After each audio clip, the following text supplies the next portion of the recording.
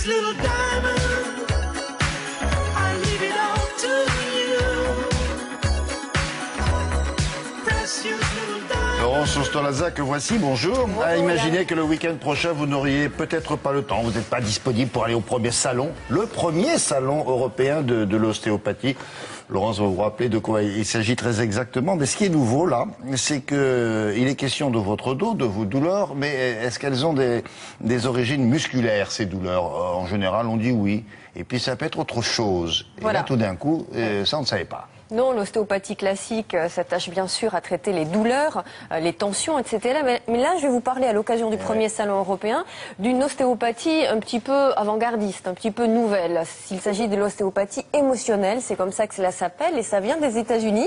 Ça a traversé l'Atlantique. En Europe, il y a des précurseurs comme les Belges, et c'est le cas de cet ostéopathe qui a écrit ces ouvrages que l'on va voir, l'ostéopathie émotionnelle, Roger Fiametti, il est donc ostéopathe. Ça veut dire quoi? Ça veut dire que ces douleurs-là, bon, elle est une douleur dorsale, pourrait être liée à nos émotions, c'est ça qui veut dire? Voilà, il s'agit de détecter dans les tissus, dans les muscles, dans les vertèbres, les chocs émotionnels que vous avez pu avoir dans votre vie et qui s'impriment d'une certaine façon. On stocke? Vous stockez les émotions, mine de rien, sans le savoir, et vous avez un jour des émotions, des tensions au dos, dans la nuque, sur les épaules, etc.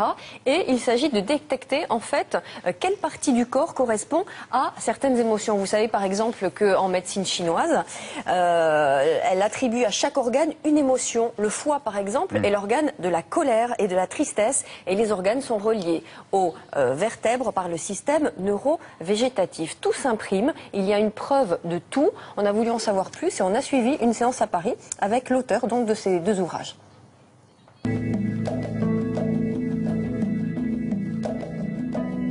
Les patients qui se présentent souvent avec des douleurs, donc la première plainte c'est la douleur, et il faut voir derrière la douleur parfois une cause physique tout simplement, une surcharge de fatigue, une surcharge de travail. Mais derrière cette douleur, il y a aussi parfois un stress qui n'est pas toujours conscient. Et c'est ça qui est très intéressant dans la technique, c'est qu'on va aller détecter par le corps un stress, une émotion qui n'est pas toujours révélée. J'avais des douleurs, bien sûr, au niveau de la colonne vertébrale, et j'ai toujours eu des douleurs au niveau des cervicales. Dans ma vie, j'ai eu 2 accidents de voiture aussi, donc je mettais toujours ça sur le compte de ces 2 accidents de voiture. Et en réalité, quand je l'ai consulté, il a passé toute ma colonne vertébrale en revue, et c'est là qu'il a pu détecter tous les nœuds qu'il y avait. Et en fait, tout s'imprime dans la colonne. On va détecter au niveau des fascias. Les fascias, ce sont des tissus qui entourent tout. Il y a les fascias du cœur, c'est le péricarde. Le fascia au niveau abdominal, c'est le péritoine. Le fascia du muscle, c'est le périmysium. Le fascia de l'os, c'est le périoste. Ce sont des enveloppes qui relient tout à tout, qui enveloppent tout et qui en même temps relient tout. Donc c'est vraiment un tissu qui est le tissu émotionnel. Et les fascias vont capter, vont intégrer, vont assimiler, vont imprimer les tensions émotionnelles sous forme de nœuds dans les tissus. Je gère beaucoup mieux mes émotions parce que je suis très émotive. J'étais très coléreuse parce que ma mère m'a portée dans la colère et ces colères, avec ces séances, se sont passées. Les niveaux vertébraux et les organes sont en corrélation, notamment au niveau de la 6e dorsale, c'est en relation avec l'estomac. La 4e dorsale, c'est en relation avec le cœur. C'est pour ça que les douleurs précordiales sont ici, au niveau sternal, au niveau de la 4e dorsale derrière. Au niveau de D12, c'est en relation avec les reins. La 12e dorsale, qui est plus bas. La vessie au niveau de D10. Chaque niveau vertébral est en relation neurovégétative, anatomique, neuroanatomique avec des organes. Les organes sont en relation avec des émotions.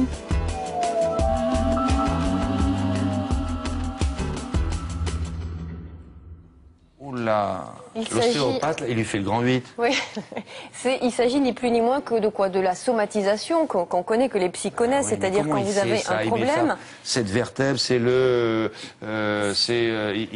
j'ai une douleur affective en 1953. C'est terrible. neurovégétatif, c'est un enseignement d'ostéopathie, donc Ah bon émotionnel aux États-Unis, et tout est relié en fait, les organes, les vertèbres, le système neurovégétatif est connecté en fait avec les émotions. Quand on dit, c'est vieux comme le monde, hein, quand on dit j'en ai plein le dos, Oui, bien sûr. ça a des C'est évident. significations, etc. Et souvent quand vous faites des psychothérapies pour la colère par exemple, c'est souvent associé à des douleurs la colère, et en traitant la colère, vous vous apercevez que certaines douleurs chroniques peuvent disparaître par exemple. Donc faut Le pas foie, gêner- vous avez dit? Le foie, ouais, le foie, ça reste l'organe de la colère et de la tristesse. De la Voilà. tristesse. Ouais.